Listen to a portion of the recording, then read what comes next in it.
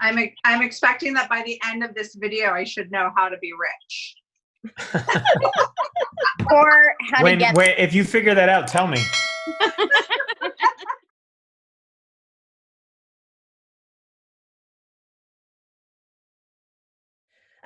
Okay, so after paying down debt, what's your next move? Go buy a handbag? No. No. So the next. What if you I saved a would lot? say that again, Michelle. What if you saved a lot when What you if you bought? saved a lot? When you bought the bag? I look at it kind of this way. I'm a big believer in passive income. And the reason I say it is because if you could build up your passive income, there's a great opportunity for you to take and, retire early. There's a great opportunity to put yourself in a position where those handbags, all of a sudden, they are something every once in a while, and know that something like this is a great position. So one of the things, I would kind of put like paying off that high interest debt as kind of like the lowest risk, because you think about it, like there's no risk. You pay that off, you get an immediate return of not having to pay that interest. The next level that I would look at would be something like bond funds or municipal bonds. There's a lot of different ones out there that you can look at that in some cases they're tax exempt, and you don't see a lot of movement in the actual fund price. So maybe you'll buy it at like, $13, $14. And even in all the craziness that has gone on, it'll go down like 25 cents, or it'll go up 25 cents. Like it won't go up a lot. So you won't see this big gain on your principal. But the dividends that they pay out are usually somewhere in like the 4 to 6% range. You kind of have to dig in to see which one works best for you. And sometimes the tax exempt status can also be based upon what state you're in and stuff like that. But with it being tax exempt, you have to look at it from the standpoint of, yes, I'm earning 3, 4, 5, 6%, but I'm also not paying taxes on those gains. So whatever tax bracket you end up being in, you're not seeing or having to pay any taxes on those gains. So you can dividend reinvest and be buying more of that and just have that continually roll over and grow and grow and grow and grow. So that would kind of be kind of the next level from like, if you were taking like, we said, okay, that first one is kind of the lowest risk, and I guess we'll move all the way up to the highest risk eventuality. So, hey guys, if you love what you're listening to, make sure you hit that like button below, and don't forget to subscribe. Hit subscribe, hit the bell. The bell gives you notifications every time we post new videos.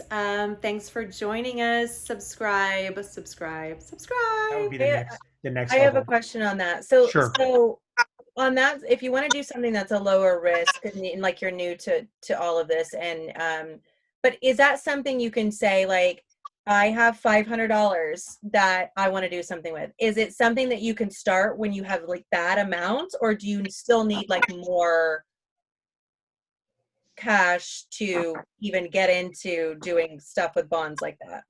There are bonds that you can get into like that with like $100. Okay.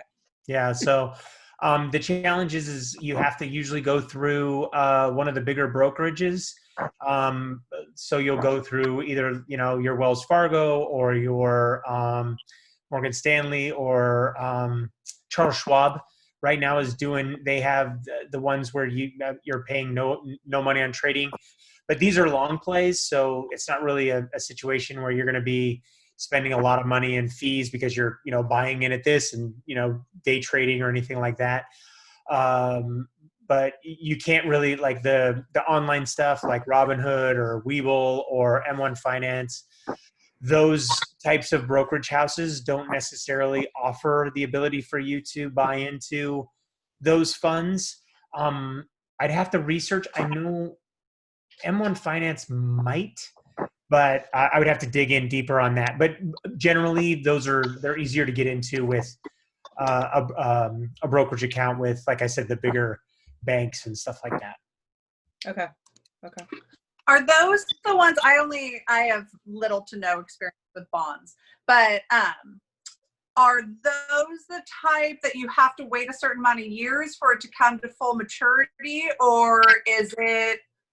I know, like as a kid, I had my grandma buy bonds. That $100 bond that you had sit and wait on for 5 Yeah, years and or then it whatever. was like when I was 18 or I think I was 21, I suddenly was able to go in and cash them out, and it was like sweet. Right. But it was but it was something about there was a date for it to hit the full maturity. Is that like a rule across the board with bonds, or No, no? these are completely different. Yeah. So these Okay. grandmother bought that. She maybe paid like $30 for the $100 bond. Right. So it had like that 5 or 10 year maturity date. So whatever, depending on like if she paid, like $10 for it, then maybe it had a 20-year maturity date. If she paid $50 for it, maybe it had a 2 or 3 year maturity date, depending on how much money that she spent or paid for that bond. In these municipal bonds, they're more you're buying in just like you would almost like a stock price. Like it'll be like $15, $13, whatever. And then you have that, and then they pay out. Some of them even pay out monthly, which is nice. You get the dividend monthly, and then it just rolls right over if you have it set up that way to just roll over and dividend reinvest back right into that same fund, and you can just see that grow and grow and grow. Like I said, the challenge with that is you don't see a lot of growth, if any growth, on the actual investment. So that investment kind of stays stagnant. So for some people who, like to gamble, I like to call it Pai Gow. Because if you've ever played Pai Gow, you can sit at the Pai Gow table forever because it just pushes constantly. The game is just a push game. Because you have to win. In Pai Gow, you play 2 hands. It's called a high and a low. Mm-hmm. And so because the game just constantly pushes, nobody really wins or loses any money, so you can sit there for a long time. This is kind of the same thing. Nobody really wins or loses any money because it doesn't have any, these big swings up or down. It just sits in these little ranges and just kind of just bounces up and down, but you get those steady dividends. Essentially, these are bonds that are put out by the states and by localities and stuff like that. And so your money is being invested in those areas, and then they're paying out those dividends to you. Gotcha. And so what are those called? They're municipal bonds. Hey guys, thanks for tuning in to part 2. There are 2 more parts to go.